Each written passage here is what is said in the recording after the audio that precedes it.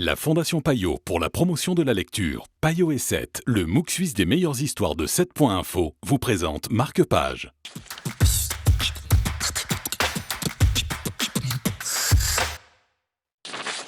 Bonjour et bienvenue dans Marque-Page. Bonjour Florent. Bonjour Jessica. Aujourd'hui, vous nous proposez ce livre, Les Chroniques de l'érable et du cerisier, qui est donc un roman jeunesse, ado, Tout à fait.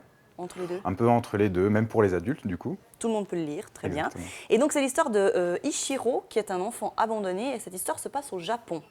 Oui, et il a la chance d'être recueilli par un grand maître du sabre qui s'est reculé un petit peu dans les montagnes. Il faut savoir qu'au niveau du contexte historique, on est juste après la bataille de Sekigahara, donc qui est la grande bataille qui unifie le Japon autour de 1600. Et donc du coup, il se passe énormément de choses autour de cette montagne, mais lui va être élevé tout seul avec ce maître et la servante qui reste avec lui.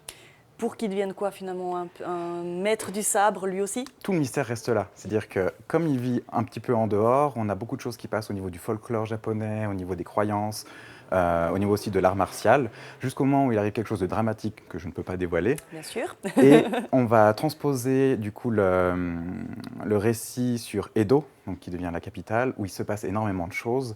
Et on a un décalage très fort entre du coup ce moment un petit peu précieux dans les cascades, dans les forêts, et l'effervescence, la diversité qu'il peut y avoir dans les grandes villes. Et c'est le tome 1, donc ça veut dire Exactement. qu'il y a un tome 2, 3. Pour l'instant, on sait qu'on en a deux, que l'histoire prend vraiment son sens à la fin, donc on est vraiment en impatience de la suite. On apprend aussi beaucoup de choses sur le théâtre, et il y a une effervescence qui nous laisse vraiment sur la fin. Donc ça nous amène un peu au Japon, en fait. C'est surtout tout ce contexte-là japonais qui est important dans ce Et le livre. contexte historique surtout, justement avec l'avènement de certains grands samouraïs qui prennent certains pouvoirs. Et lui, on sait que du coup, le fait qu'il ait abandonné n'est pas un hasard. Il va aussi rencontrer des gens assez étranges et toutes ces évolutions, tout ce mystère-là commence à prendre son sens à la fin, mais on en demande encore plus. On se réjouit du tome 2. Donc. Exactement. Merci beaucoup Florent, notre conseil dans Marque-Page. Donc aujourd'hui, les chroniques de l'érable et du cerisier. À très bientôt.